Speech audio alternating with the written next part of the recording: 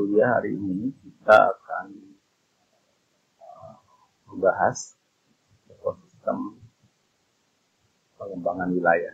Jadi dalam hal ini ketika kita bicara pengembangan wilayah, itu tidak bisa hanya fokus pada daerah kita saja, tapi terutama untuk terkait dengan bencana-bencana hidrometeorologi, itu harus melihat wilayah secara dalam sistem sini. Dalam kuliah-kuliah lain juga, seperti kemarin terakhir jika Anda mengambil mata kuliah geoteknik, maka poin utama dari materi tersebut adalah hypsometri. Kenapa? Karena secara alami pun kalau Anda perhatikan hypsometri dari gas tersebut, maka itu akan terjadi tanah longsor misalnya. Jadi fokus utama di hypsometri itu adalah apakah yang terjadi, apakah probabilitas kemungkinan kejadian bencana tanah longsor tersebut berdasarkan kondisi lain. Jadi kalau Anda overlay dengan kelurusan dan intensitas dari morfotektonik, maka Anda sudah bisa memetakan bahwa sebetulnya secara kondisi geologi sejak zaman dulu merupakan daerah-daerah yang rawan akan bencana. Oke. Nah, yang kemudian jadi pertanyaan adalah mengapa di daerah tersebut berkembang pemukiman. Nah, kalau itu sudah terjadi, maka yang Anda bisa lakukan adalah melakukan revitalisasi yang disebut dengan penataan. Di kuliah kita hari ini kita membahas bagaimana peran dari ekosistem yang ada di daerah di luar daerah tersebut akan mempengaruhi kondisi dari daerah Anda. Nah, saya lihat di beberapa teman Anda itu sudah memasukkan adanya tata ruang wilayah Anda. Paling tidak itu tata ruang kabupaten. Sebelum Anda melakukan kajian detail di wilayah Anda, silahkan Anda ambil informasi mengenai rencana tata ruang yang ada di kabupaten. Jadi misalnya kalau wilayah Anda di Kecamatan Pulau Pinang, Kabupaten Lahat, maka Anda ambil dulu bagaimana posisi kecamatan Anda terhadap pertumbuhan ataupun yang menjadi target ekonomi dari Kabupaten Lahat di kecamatan Anda.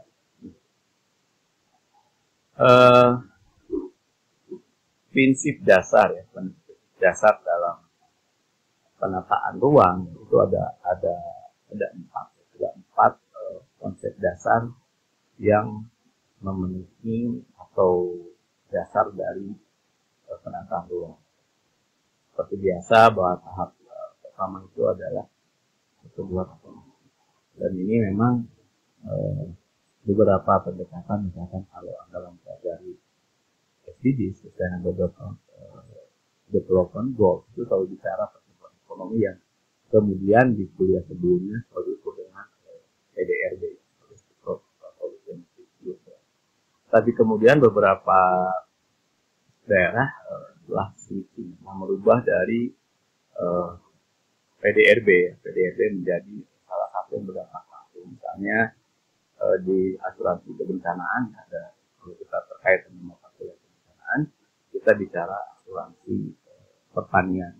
Karena yang diukur itu adalah kesejahteraan petani. Karena kalau kita bicara pertumbuhan ekonomi, kalau nanti Anda baca di statistik itu selalu ada Gini rasio. Gini rasio itu adalah perbandingan antara orang kaya dan orang miskin. Jadi penghasilan yang kalau melihat PDRB, bisa saja PDRB itu tersebut tumbuh.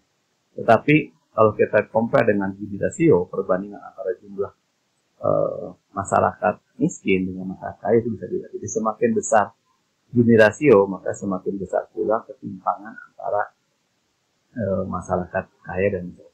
Jadi ketika kita bicara ruang, maka tahap pertama adalah pertumbuhan dan pemerataan.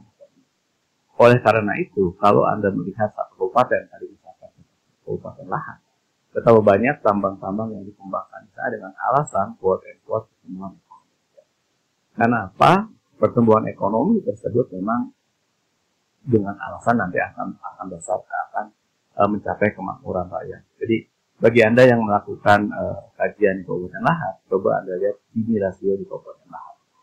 Coba Anda perhatikan Gini rasio. Apakah betul dengan pertumbuhan tambang tersebut Gini rasio Kabupaten Lahat tersebut semakin kecil? Karena dasar dari izin usaha penambangan misalnya itu adalah untuk keperluan peningkatan kebutuhan.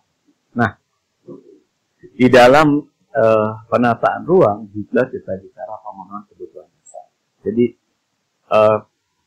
Anda tahu bahwa kebutuhan dasar manusia seperti ini paling tidak ada tiga ya, pangan, sandang dan papan. Itu suatu hal yang paling dasar.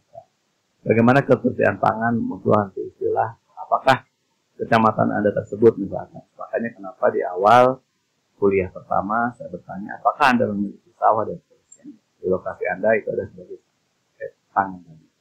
Jadi dasar dari pertumbuhan tadi, pertumbuhan ekonomi tadi yang kemudian disusun dengan tujuan terpenuhinya kebutuhan dasar. Makanya dilihatlah di situ apakah air bersih tersedia di kuliah sebelumnya. Kita bicara ketersediaan dan kebutuhan air karena kebutuhan dasar manusia itu adalah air. Yang berikutnya adalah konservasi lingkungan.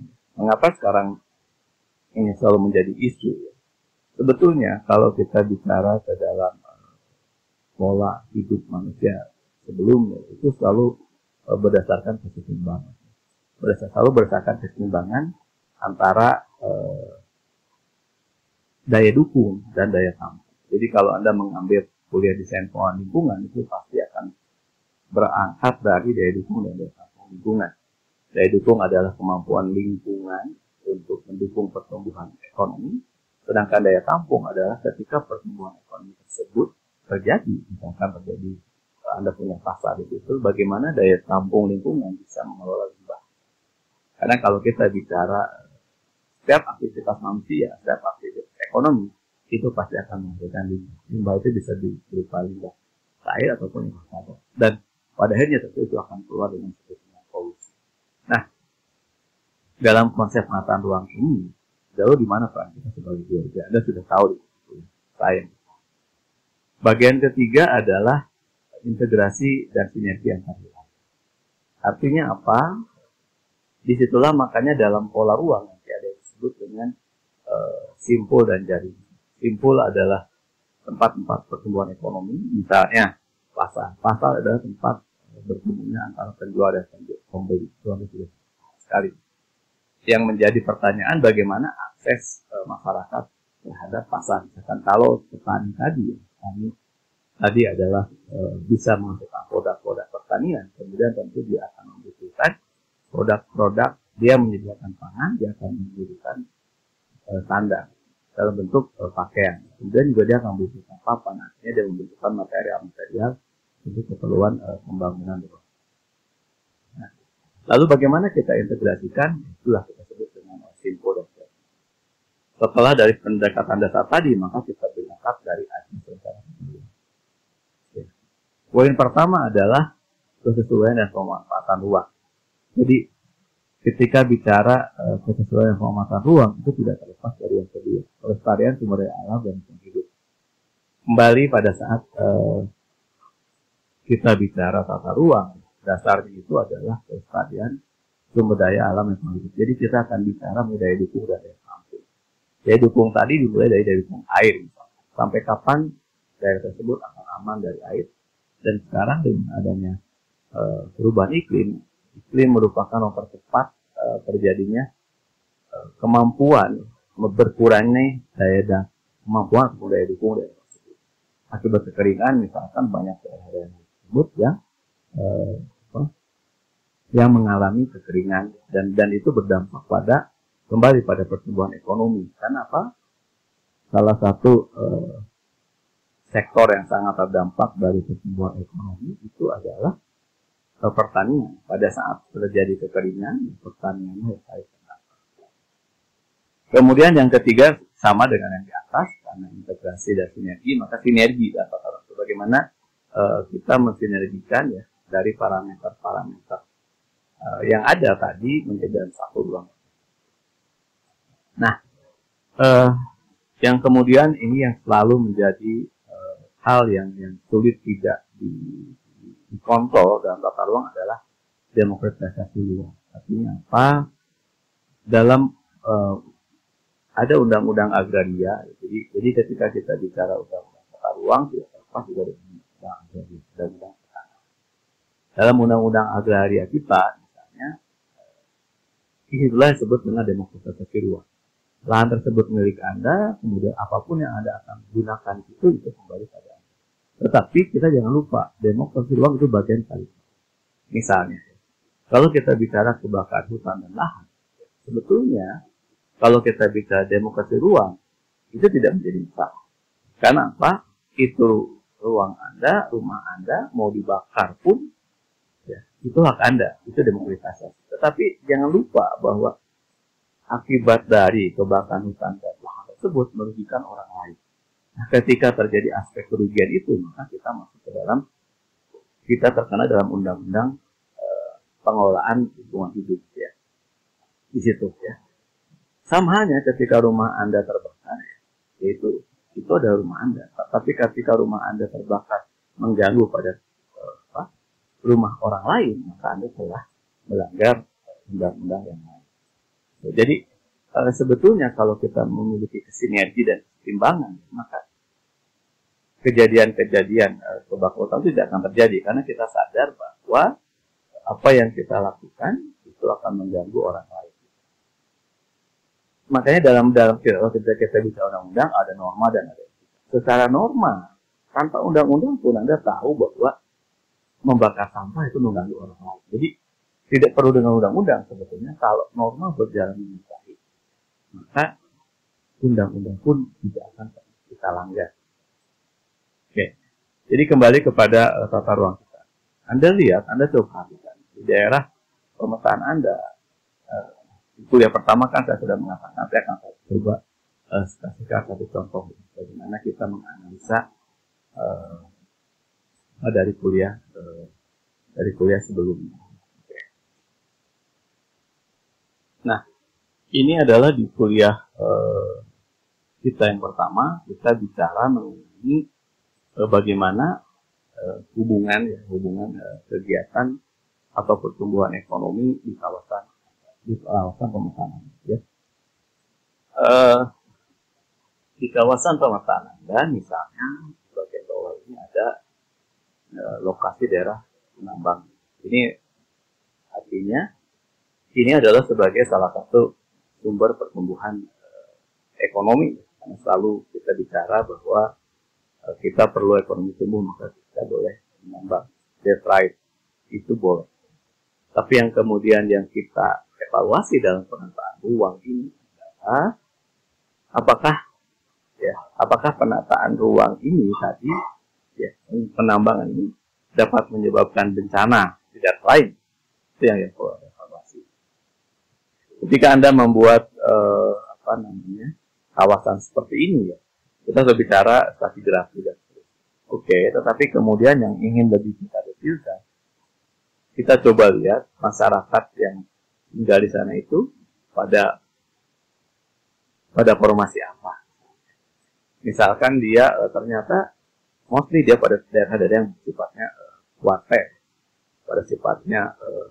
water, dan ketika Anda memiliki memasukkan elevasi kurang dari 50 atau 100 meter, sebetulnya kalau Anda gunakan hidrometri, maka Anda bisa mengevaluasi di daerah tersebut itu pertumbuhannya atau masyarakat tersebut tinggal pada wilayah mana. Ini kan Anda hanya fokus pada daerah tersebut, tapi Anda coba zoom, Anda coba angkat lagi ke yang lebih luas, ya, maka Anda bisa melihat bagaimana keterkaitan wilayah Anda ini saya bilang tadi kenapa kita sebut ekosistem das misalnya, daerah sungai, itu Anda bisa lihat daerah tersebut memiliki potensi yang seperti apa.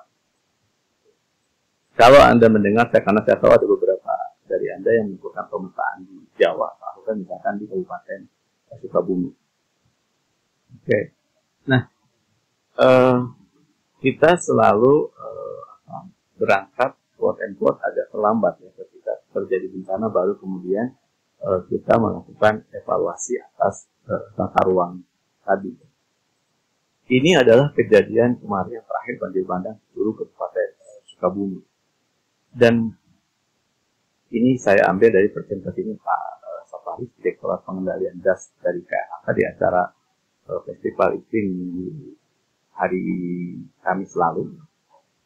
Ternyata begitu kita lihat secara makro das tersebut, bisa dilihat bahwa ternyata sumber dari banjir yang terjadi di Kecamatan Cipari, Kampung Cipari saat Curug, Kampung Lemukasari, kemudian Pedung Setiabudi Bangbayang, biasanya Kowek, dan seterusnya, ini berasal dari daerah yang terjadi.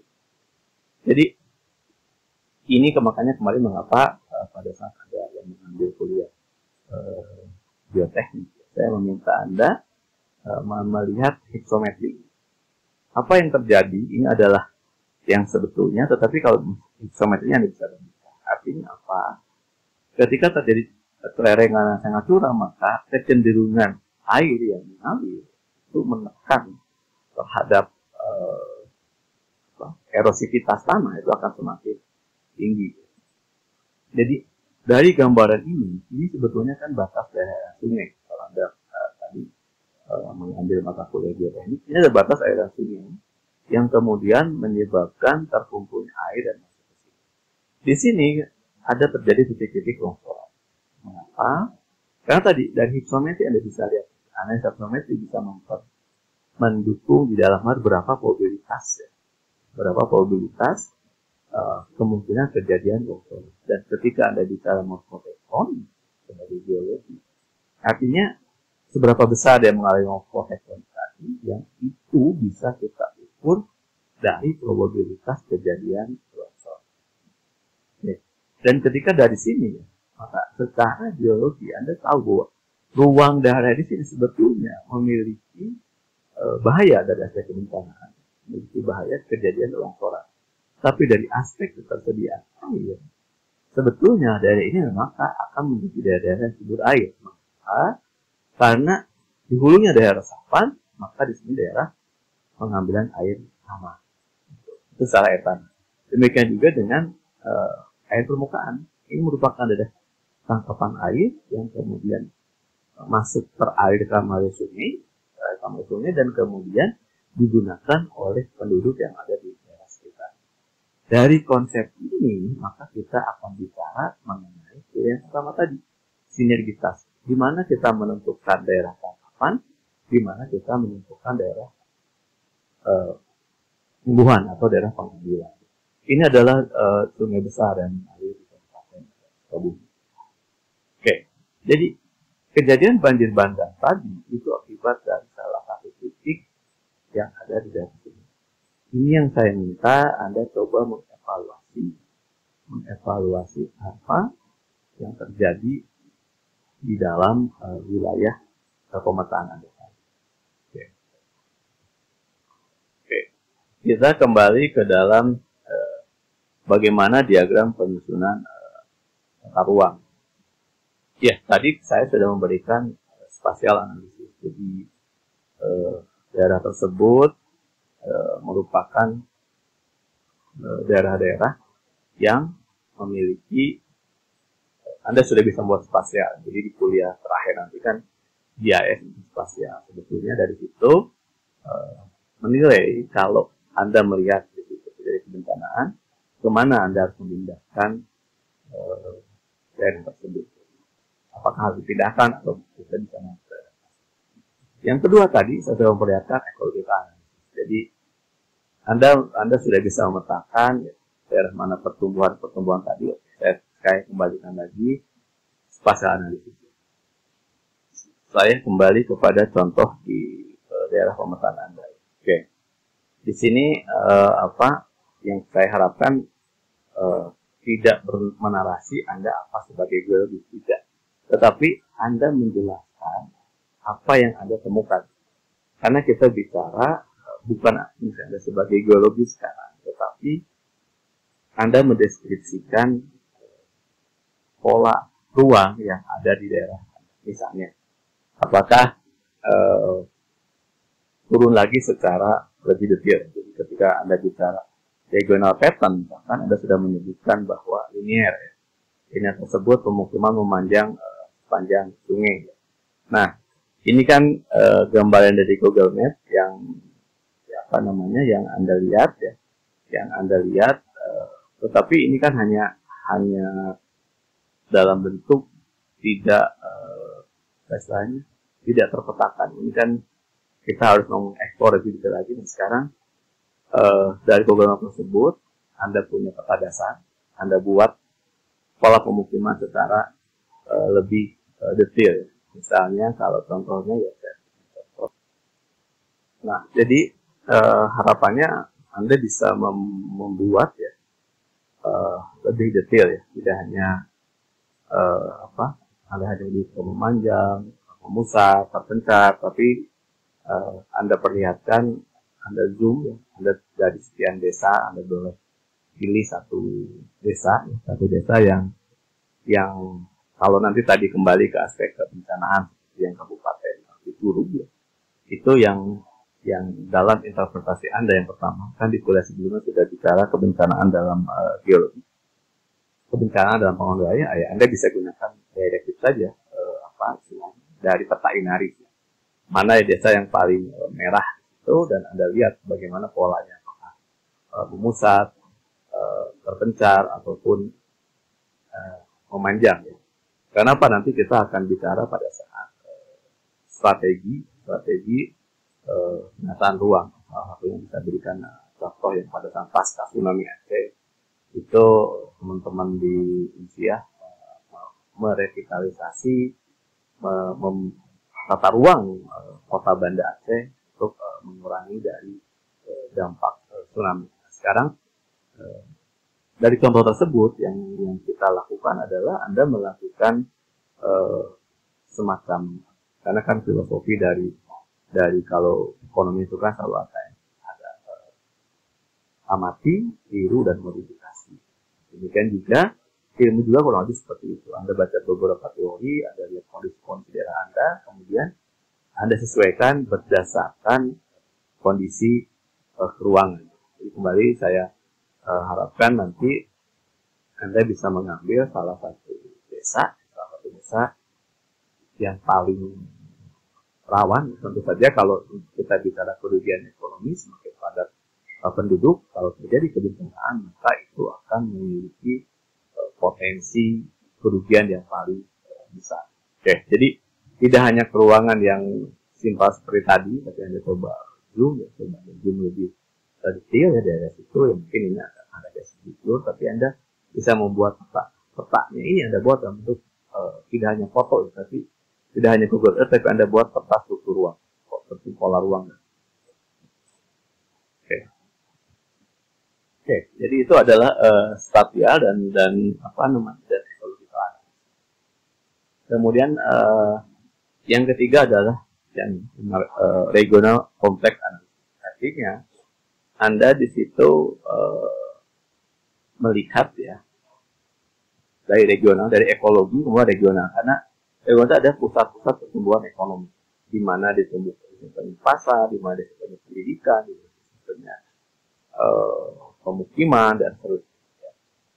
Setelah itu kita yang fungsional tadi. Fungsionalnya apa? Kita bisa distribusi tata ruang berdasarkan objek. Objeknya itu adalah perumahan. Objeknya perumahan. Kegiatannya adalah pasar. Fungsinya untuk ekonomi.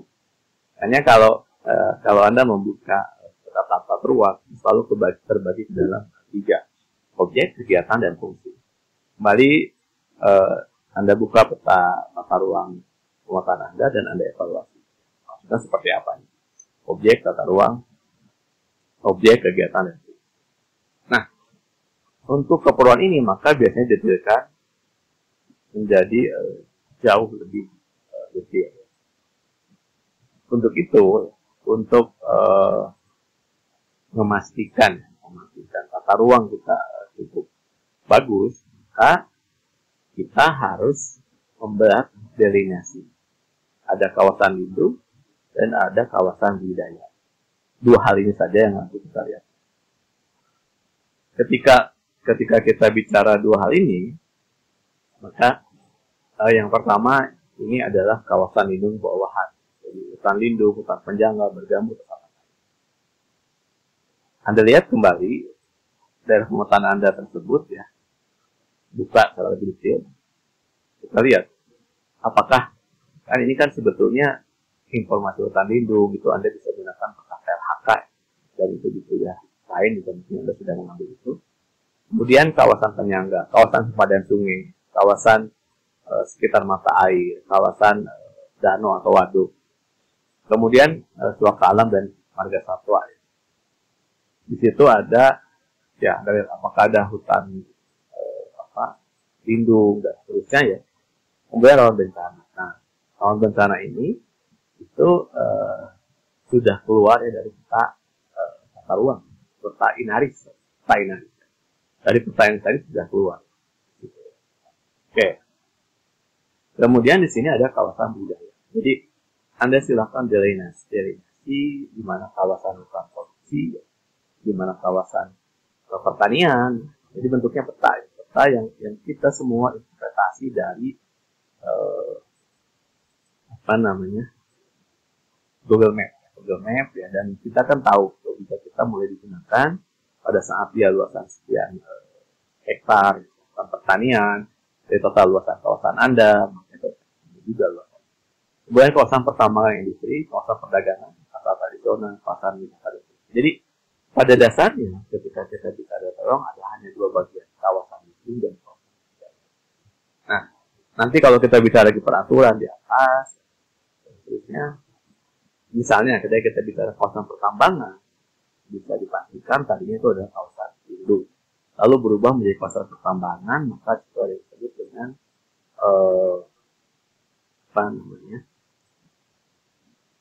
pinjam pakai kawasan dari kawasan lindung menjadi kawasan budaya. Namanya pinjam pakai itu pada saat pendanaan selesai harus dikembalikan kepada pemilik semula. Itulah yang disebut dengan reklamasi pasca tambang. Di situ nanti kita bicara bahwa penambangan itu agar sustainable, agar berkelanjutan, tentu harus ada reklamasi perlu uang. Dari mana? Itu tentu masuk ke dalam biaya tambangan. Kira-kira seperti itu. Sehingga nanti ketika pemilik tambangnya pergi, gitu ya, kita bisa shifting ya, bisa sektoral dari pertambangan menjadi pariwisata. Sekarang kan quote and quote lagi tren dari pertambangan menjadi pariwisata. Kenapa? Karena sebetulnya di kawasan lain misalkan kawasan pertanian, kita mengambil contoh korelasi antara kawasan pertanian dengan kawasan pertambangan. Orang-orang yang bekerja di tambang, dia tentu akan memerlukan pangan. Kawasan pertanian itu jangan sampai terganggu pada kawasan penambang. Karena apa? Ya, itu yang karena apa? Orang tambang sendiri kan perlu pangan. Jadi di situ nanti yang disebut dengan ketahanan pangan. Ketahanan pangan dengan kemandirian pangan. Suatu hal yang berbeda. Kalau kita bicara ketahanan pangan, yang penting beras ada. Tapi kalau kita bicara kemandirian pangan, dalam kawasan budaya tersebut, itu kebutuhan pangannya itu harus terpenuhi di dalam kawasan. Jadi kalau Anda punya lokasi pemetaan, dalam pemetaan tadi Anda memiliki kawasan pertanian, ada kawasan industri, maka ataupun pertambangan, seluruh keperluan pertambangan tersebut itu harus disediakan dari kawasan pertanian. Nah, konsep ini kalau terjadi secara keseimbangan, maka dapat dipastikan tambang ini juga tidak akan rusak lingkungan. Nah, ini yang kita perlu kebijakan lebih besar. Tapi kita tidak bicara kebijakan di atas. Yang idealnya seperti apa? Jadi ada pertambangan, ada pertanian, ada perdagangan. Ya. Bertemunya di mana? Gitu. Antara pertanian, pertambangan di kawasan perdagangan. Oke, ya. Dan tentu dua kawasan tersebut perlu memiliki kawasan pemukiman. Ya. Apakah orang yang tinggal di tambang akan tinggal di dalam tambang atau di luar tambang? Ya.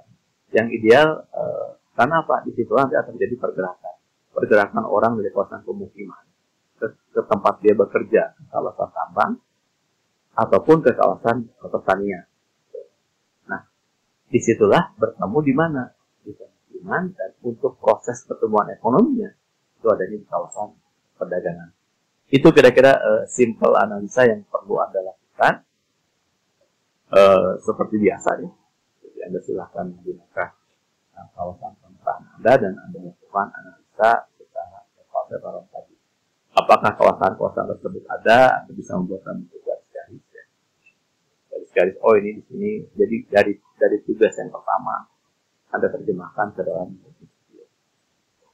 Oke, ini sebagai penutup ya, kita mengenai kita bicara ekosistem dan di tugas sebelumnya ya.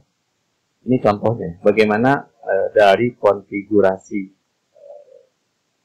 fisiografis ya, lalu geografi Jawa menggunakan gamelan ya. Tentu karena apa? Secara fisiografi itu akan tetap tidak banyak berubah. Tapi kan yang berubah itu adalah fungsi kawasan tadi. Fungsi kawasan tadi dari kawasan hidung menjadi kawasan budaya. Dan ketika terjadi perubahan fungsi itu, salah satu aspek yang dari geologi adalah erosi dan sedimentasi.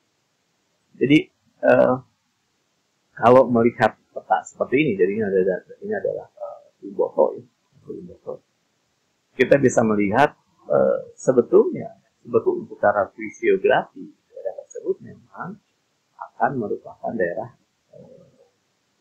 endapan banjir, ya, endapan danau ya. Jadi misalnya kalau Anda lihat dari ini peta geologi ya, ini kita ambil Gorontalo, saya bolak-balik ke Gorontalo. Di kota Gorontalo sendiri ini secara geologi ya, kita menemukan 8 titik yang belum teridentifikasi secara sempurna. Dari situ kan pertanyaannya, bagaimana kondisi alam di Gorontalo? Lalu bagaimana ketersediaan potensi subsiden? Ini kita lihat dari kondisi tadi. Tapi kalau kita jauh lebih besar lagi, kita lihat merupakan danau purba sistemnya. Jadi kita kembali ke kondisi semula dari kondisi fisiografis ini ya. Dan ketika Anda menggunakan apa istilahnya itu citra satelit kan Anda bisa rona reset band 6, band 8, band itu band 6, band 8 dari rona ya. Dan tersebut ternyata kota Gorontalo dan sebagai kabupaten Golango memiliki rona yang sama. Kalau kita lihat antara Danau Limboto di sini dengan kota Gorontalo itu memiliki rona yang sama. Artinya apa? Interpretasi Anda sebagai geologis itu memiliki endapan yang sama.